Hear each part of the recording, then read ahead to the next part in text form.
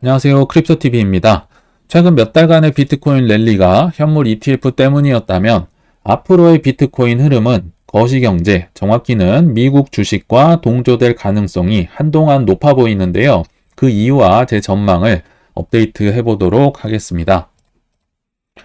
최근에 비트코인 조정은 있었지만 2023년 전체적으로 보면 꽤나 좋았던 상승률을 기록했었습니다. 그 어떤 자산보다도 압도적이었다고 보는데요. 여기 초록색 빨간색 차트가 비트코인의 주봉 차트고요. 여기 노란색이 나스닥이라고 봐주시면 되는데 여기 한 비트코인 2,070만 원 정도까지 갔었나요? 올해 초에 그러다가 최근에 6천만 원 뚫고 이제 조정을 받고 있기 때문에 그래도 거의 3배 가까이 오른 거죠. 비록 뭐 나스닥도 꾸준히 오르긴 했었는데요. 비트코인의 상승세에 비할 거는 아무것도 없었습니다. 2023년에는요. 그리고 또 하나의 23년의 특징은 나스닥과 비트코인이 따로 놀았다는 겁니다. 디커플링이라고 하죠. 예를 들면 여기 6월 즈음에는 코인은 SEC가 뭐 솔라나다, 폴리곤이다, 에이다다, 증권이라고 하고 뭐 코인베이스, 바이낸스 고소하면서 엄청 오래 괴롭혔었잖아요. 그래서 쭉쭉 떨어졌었는데 반해서 나스닥은 신나게 올라갔었죠. 그래서 상대적인 박탈감을 느꼈던 거 생생히 기억이 나고 있고요. 굉장히 어렵게 샀던 것 같습니다. 그리고 이렇게 따로 놀다가 이제 최근 들어서야 조금 방향이 같아지고 있다. 왜요? 금리 인하에 대한 기대감, 제롬 파월이요. 정말 내질러 버렸습니다. 그래서 조정받으려는 비트코인의 멱살을 끌고 지금 미국 주식이 올라왔다. 좀 끌어왔다. 이렇게 보시면 되는데 왜 한동안 이어질 것 같냐면요. 이 금리 인하에 대한 기대감은 너무 치명적이어서요.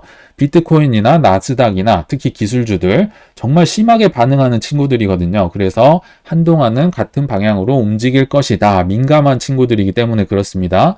그래서 정리를 해보면 현재까지는 이제 SEC가 괴롭혀서 떨어지고 또 현물 ETF발 상승세 때문에 기대감 때문에 올랐다면 이제 앞으로의 미래, 지금부터 연말 연시까지는 미국 주식과 비트코인이 함께 갈 것이다. 좀 동조화가 될 것이다. 이렇게 생각을 하고 있습니다. 또 하나만 보고 넘어가시면요. 빅스 지수라고 하죠. 공포 지수, 변동성 지수라고 이제 미국 주식을 나타내는 한 지표인데요. 이게 거의 2020년 팬데믹 이전에 근 10년간에 있던 최저 수준으로 떨어져 있습니다. 12.5네요. 지금 영상을 찍는 12월 19일 밤에 이제 찍고 있는데요. 너무 낮다. 이게 20 이하로만 가도요. 거의 뭐 불장에 가까운 수준인데 지금 이게 계속 이어지고 있다는 겁니다. 그러면 얼마나 지금 미국 주식과 특히 뭐 나스닥, 다우, S&P 다 과열되고 있는지를 한눈에 보여줄 수 있다 생각이 듭니다. 이 모든 만물 랠리의 시작, 정말 지겹도록 얘기하지만요. 어쩔 수 없을 것 같아요. 심하게 내질러버린 제롬 파월의 피벗, 우리 금리 인하 논의하고 있어요. 이 발언이요. 일파만파 어마어마했던 것 같아요. 오죽하면요. 이 굴습이 여는 총재, 비둘기파로 분류가 되거든요. 온건파, 금리 인하파죠. 이런 분들마저도 금리 인하 발언 진화를 나서고 있습니다. 시장은 듣고 싶은 것만 듣는 것 같아. 좀 진정하세요. 이렇게 얘기를 하고 다니고 있고요. 12월 19일자입니다. 그리고 글로벌 투자은행들 뭐 가만히 있으면 안 되겠죠. 내년 금리 인하 전망 가장 보수적으로 보는 데가 내년에 3회는 인하할 것이다. 가장 보수적인 데가 6월부터 시작할 것이다고요. 이제 총 4회, 3월부터 시작, 그리고 총 4회 인하할 것이다. 5회도 나왔고요. 어떤 한 점도표 찍은 분은요, 총 6회 인하를 할 것이다까지 나왔어요. 그러면 FOMC 할 때마다 금리 인하한다는 겁니다. 어마어마한 지금 기대감이 미국 주식을 끌어올리고 있다. 엄청 과열이 됐지만 더 올리고 있다. 이렇게 보시면 되겠죠. 그러니까 오른 상태에서 더 오버슈팅이 나와 버렸어요. 미국 증시가요. S&P가 6년 만에 최장기 상승하고 있다. 누구 때문에요? 파월이 불집힌 피벗의 기대감, 마법의 단어라고 했었죠. 기대감에는 파는 것이다. 계속 말씀을 드립니다. 투자는 기대감에 파는 거다. 이것만 잘 지켜도 중간 이상은 할 수 있다 생각을 하고요. 7주 연속 상승한 후에 이제 또 상승 출발을 하고 있다. 19일자였어요. 그리고 피봇 시사의 10년물 금리 4% 하회.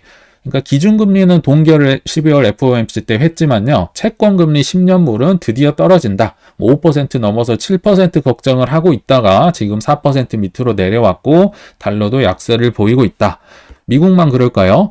저는 한국 주식을 안 해서 잘은 몰랐는데 SK 하이닉스도 신고가, 2년 만에 시총 1위 탈환. 보통 신고가는요, 최근 52주 신고가를 얘기합니다. 최근 1년간에요. SK 하이닉스 뿐만이 아닙니다. 5일 전에 삼성전자도 신고가를 갈아치웠고요. 하루 전에 SK 하이닉스 이제 반도체 홍풍, 또 AI 덕분에 14만원 찍었다. 그리고 뭐 부동산 정책이다. 또는 뭐 주식 양도세 완화 기대감이다 하면서 이제 코스피도 조금 꿈틀꿈틀 대고 있다. 이렇게 생각을 하시면 될 것 같아요. 그러니까 지금 어떤 음모론까지 나왔냐면요. 파월이 바이든의 재선을 위해서 오버슈팅 했다. 노골적으로 지금 응원하고 있다. 파월과 바이든은 한 배를 탔다는 거죠. 이 사진이요. 2018년도에 나왔던 기사에 있던 사진인데 아직도 돌아다니더라고요. 18년 12월에 어떤 기사가 있었냐면요. 트럼프가 사실 제롬 파월에게 금리 인하하라고 압박을 엄청 넣었어요. 근데 말 안 듣고 제롬 파월이 계속 그때도 이 페드 의장이었습니다. 금리 동결을 자꾸 하니까요.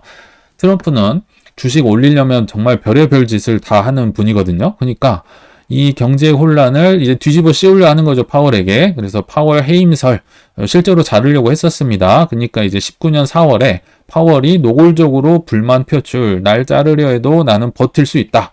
뭐 이런 식의 언쟁이 있었는데요. 올해 8월에도 또 트럼프가 이런 얘기를 했습니다. 내가 대통령 되면 파월을 자른다. 그러니까 파월 입장에서 어떻게 해야 될까요? 지금 대통령인 바이든을 밀어주고 증시를 띄우고 지금 정권을 찬양을 하고 도와줄 수밖에 없습니다. 한 배를 탔고요. 그래야 페드 의장이든 뭐 연임이 되든 뭐 아니면 더 살아남든 할 수가 있겠죠. 그래서 이거는 뭐 음모론은 제가 한 게 아니고요. 이미 기사에도 많이 나왔습니다. 내년 금리 인하 피벗 시사에 너무 세게 얘기를 한 거죠. 바이든 지지율 반등 노렸나? 뭐 다들 이렇게 미국 사람들은 생각을 하고 있다고 보시면 되겠습니다. 그럼 좋습니다. 미국 주식 상승은 알겠다. 근데 코인이 오른다는 보장 있나? 이런 질문을 할 수가 있겠죠. 뭐 금리 인하 기대감 알겠다. 현물 ETF 알겠다. 근데 뭐 다 반영돼 있는 거 아니냐 하실 수 있겠지만 저는 예전 영상에도 말씀드렸지만 아직 한 발 남았다. 사실은 어깨 정도는 올라왔다고 저는 생각을 합니다. 뭐 미국 주식이나 비트코인이나요. 지금부터 분할 익절을 하는 것도 나쁘지 않습니다. 그러나 조금 한 발이 남았다고 보는 세 가지 이유를 더 소개를 해드리면요. 첫째, 오디널즈 광풍. 광풍은요, 크립토 윈터 때 오는 게 아닙니다. 투기 시장, 광풍은요, 이렇게 유동성이 풍부할 때, 아직도 불씨가 꺼져 있지 않을 때 온다고 보시면 되는데요. 이 오디널즈라는 거 많이 들어보셨을 텐데, 이게 뭐냐면요, 비트코인 NFT라고 보시면 됩니다. 그러니까 인스크립션 NFT, 인스크립션이 어디에 새겨 넣는 걸 얘기하잖아요. 예를 들면 5만원짜리 지폐에 뭐 영이 바보 이렇게 쓰는 거를 지금 인스크립션 NFT라고 합니다. 그러니까 사실은 큰 의미는 없어요. 뭐 낙서에 가까운 얘기인데 이게 이제 아트로 승화가 되고 뭐 비트코인에 이런 시도하는 자체가 없었거든요. 뭐 올해 초에도 있긴 했지만 이제 수구로 들어버렸죠. 크립토 윈터였기 때문에. 그러다가 다시 최근 들어서 블록체인을 투기 광풍으로 몰아간다. 얼마나 이게 많이 늘어가고 있냐면요. 지금 블록체인, 그러니까 레이어 1, 뭐 2든 모든 이 블록체인 위에 이 인스크립션 새기는 게 다 유행이 돼버렸습니다. 그래서 이 액티비티가 너무나 치솟고 있다. 뭐 수이나 폴리건, 솔라나, 아비트럼, BNB, 뭐 트론, 아발란체, 이더리움 할 거 없이 이제 다 새겨 넣는 겁니다. 뭐 비트코인에도 새기고. 근데 이게 무슨 문제가 생기냐면요. 뭐 속도가 느려지고요. 수수료가 많이 발생해요. 수수료가 많이 발생하면 이거를 이제 채굴하는 노드 입장에서는 조금 수입이 도움이 됩니다. 그러나 인스크립션 열풍에 일주일간 6개의 블록체인이 먹통됐다. 그 중에 하나가 아발란체였습니다. 서버려요. 이게 너무 트랜잭션이 많이 일어나기 때문에. 그래서 뭐 이런 것도 조금 경계를 해야 될 것 같고요. 그럼 이 오디널즈 뭐 코인들이 뭐가 있냐? 뭐 ORDI라고 해서 OD 또는 SAT 등 뭐 BRC20라고 하죠. 이더리움에 올려져 있는 건 ERC20라고 하기 때문에 비트코인은 BRC20라 하는데요. 이 뭐 BRC20 코인이 많이 있긴 해요. 근데 저는 좀 비추한다. 왜요? 이거를 항상 떨어졌을 때를 생각해 보라고 했잖아요. 만약 샀는데 오르면 다행이죠. 근데 떨어졌으면 버틸 수 있을까? 저는 못 버틸 것 같아요. 이게 크게 의미가 있다고 생각을 하진 않기 때문에 시도로서는 좋지만요. 이걸로 인해서 이게 가격이 오르는 게 맞을까?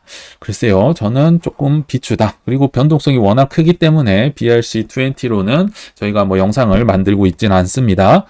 그리고 코인 불씨가 살아있다고 보는 두 번째 이유는요. 아직도 꺼지지 않은 상장이 불씨가 계속 이어지고 있더라. 상장은요, 크립토 윈터 때 잘 안 합니다. 어차피 돈이 안 되기 때문에. 근데 12월 18일에 업비트에서 이제 BTC 마켓에 있던 아스타 코인이 워나 마켓에 상장을 했었죠. 한 100만 원 정도 조금 샀었는데 이게 이렇게 넘어오니까 저도 좀 두근두근 되더라고요. 비록 소액이긴 했지만요. 왜 샀었냐면요. 일본 코인을 생각하면 아스타밖에 생각이 안 납니다. 그래서 앞으로 발전 가능성이 높은 나라가 인도랑 일본이라고 보고 조금씩 사놓는 건 나쁘지 않겠다 싶었는데 상장하자마자 뭐 2배에서 3배 가까이 오르더라고요. 그런 걸 볼 때 아직 유동성이 있구나 느꼈고요. 또 하나 최근에 뭐 에이스라고도 하고 이 이름이 어렵더라고요. 퓨저니스트라고 하는데요. 뭐 빗썸이다, 바이낸스다, 뭐 후오비다, 바이미트, 뭐 OKX 뭐 주로 선물이 상장되긴 했지만요. 여러 군데 또 상장이 되면서 뭐 왔다 갔다 하더라고요. 이런 걸 볼 때 아직은 유동성이 죽지 않았구나. 시장이 반응을 하니까 이런 게 상장이 된다고 생각이 듭니다. 그래서 두 번째 이유는 꺼지지 않는 상장.